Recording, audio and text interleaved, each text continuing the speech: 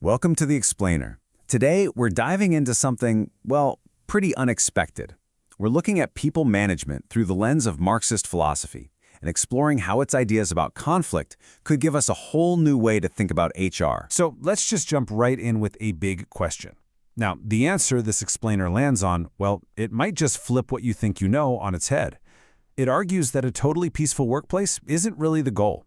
And the tension, believe it or not, isn't just unavoidable, but absolutely essential for any kind of growth. To really get our heads around this, we have to start with the core idea of what actually makes things grow or change, whether we're talking about the natural world or a corporate office. Okay, so according to this philosophy, real development doesn't happen because of some push from the outside. The best analogy is a seed. The force that makes a seed crack open and grow comes from the tension inside the seed itself. It's all about a kind of self-movement. All right, so let's get to the real heart of this, the idea of contradiction. Seriously, if you can grasp this one concept, the entire approach to management just clicks into place. So what does that really mean? Well, think of it this way.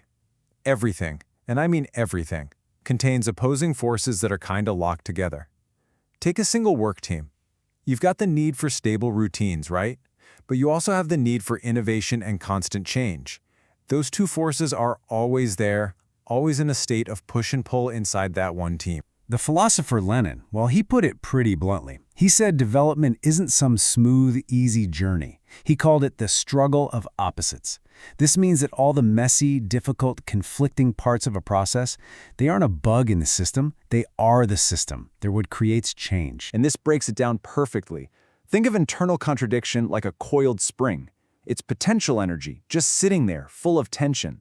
But the struggle of opposites, that's the kinetic energy. That's the spring being released, the active process that unleashes all that potential and actually moves things forward. Now, I know this all sounds pretty abstract.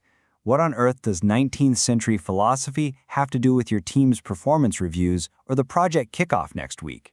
Let's make that connection. This is where it gets really practical. The whole job of human resources gets reframed.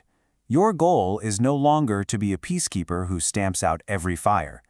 Instead, your job becomes being a kind of conflict harnesser, finding those natural tensions and channeling their energy to fuel the organization's growth. So now we'll look at how this big, abstract theory actually translates into strategies you can use. This is where the philosophy becomes a practical toolkit for managing people. The very first step, according to the source, is a mental shift. You have to stop seeing those workplace tensions as problems that need to be stamped out. Instead, you train yourself to see them as the raw material for progress. And this makes the whole idea so much more tangible. That classic tension between an employee's personal career path and the company's big picture goals, or the friction between the sales team promising a new feature and the production team who actually has to build it, these aren't just daily headaches. They're seen as the fundamental contradictions that can drive the business forward, if you manage them right. So from this philosophy, the source material builds out a 5-step framework for HR. We won't have time to dive deep into all 5, but let's zoom in on a couple of the most powerful principles to see how this actually works. This principle is all about closing that gap between the employee handbook and what happens in the hallway. The theory, your official policies and training plans, is basically meaningless if it clashes with the practice of how your employees really experience their jobs.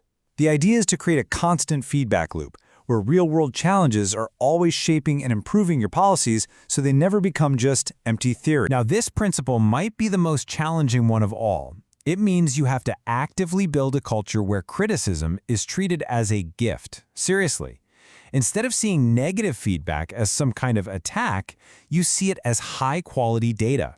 It's the clearest signal you can possibly get about where the real tensions are, and therefore where your biggest opportunities for growth are hiding. So finally, what's the ultimate point of all this? What's the end game for this entire management philosophy? Well, the answer puts people right at the center of everything. And this brings us to the ultimate point. This philosophy sees people in this powerful dual role. On one hand, an organization's purpose isn't just to use people to hit its goals.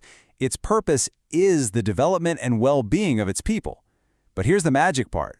That very development, their creativity, their initiative, becomes the engine that drives the organization's success. The goal and the driver are one and the same. So we'll leave you with this final thought. Instead of constantly chasing that perfect, harmonious, conflict-free workplace, maybe the more productive question for any leader to ask is this: what are the essential struggles, the healthy tensions that we need to embrace right now if we really truly want to grow?